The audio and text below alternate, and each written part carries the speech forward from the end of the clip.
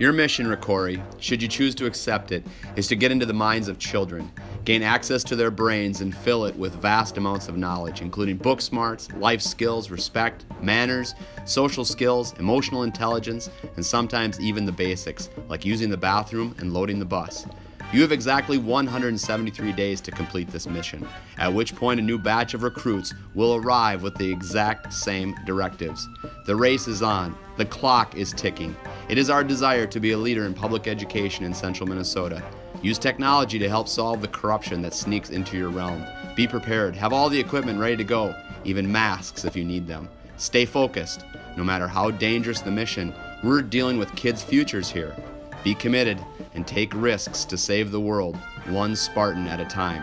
We want the best. Friends, it's go time.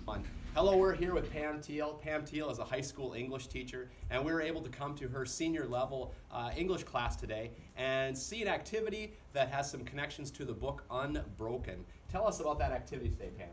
Well, the activity today was geared around the Pacific Theater during World War II, and Louis Zamperini is a bombardier during the war.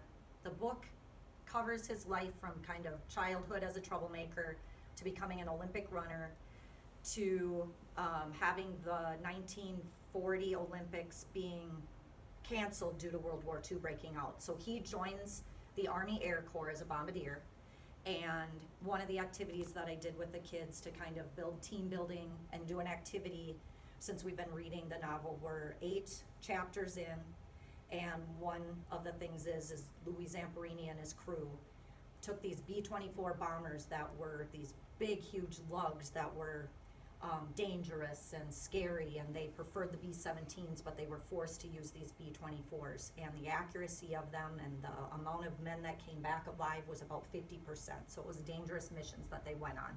So we reenacted the B-24 Liberator today, and I put each of the kids into a position of the different gunners: top turret gunner, nose gunner, belly gunner, and then a bombardier. And then the kids reenacted that for fun to see how many targets they could hit. The Invincible Zeppelins were over the Pacific Ocean, and we are going to be bombing Wake Atoll to try to take it back. Ready, set,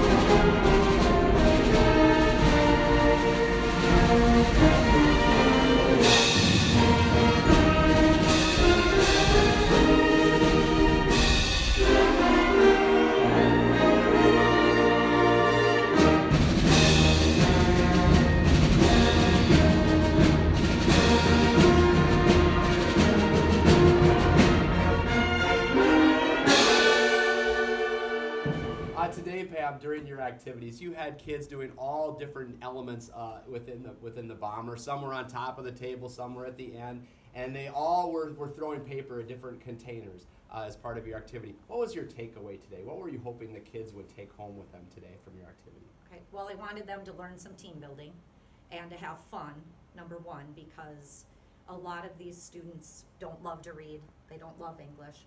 So to kind of bring an element of fun into an activity, but to also give them kind of a reenactment of perhaps what it might have been like on a really tiny scale. Because during World War II, as I researched, I found out that the accuracy of their targets was less than 50%. And so watching the kids today, when I called out their position and for them to shoot, you know, watching them and seeing that, oh, it wasn't as easy as maybe they thought it was gonna be. Absolutely. Thank you. While only one day of the year is dedicated solely to honoring our veterans, Americans must never forget the sacrifices that many of our fellow countrymen have made to defend our country and protect our freedoms. The veterans of our military services have put their lives on the line to protect the freedoms that we enjoy. They have dedicated their lives to their country and deserve to be recognized for their commitment.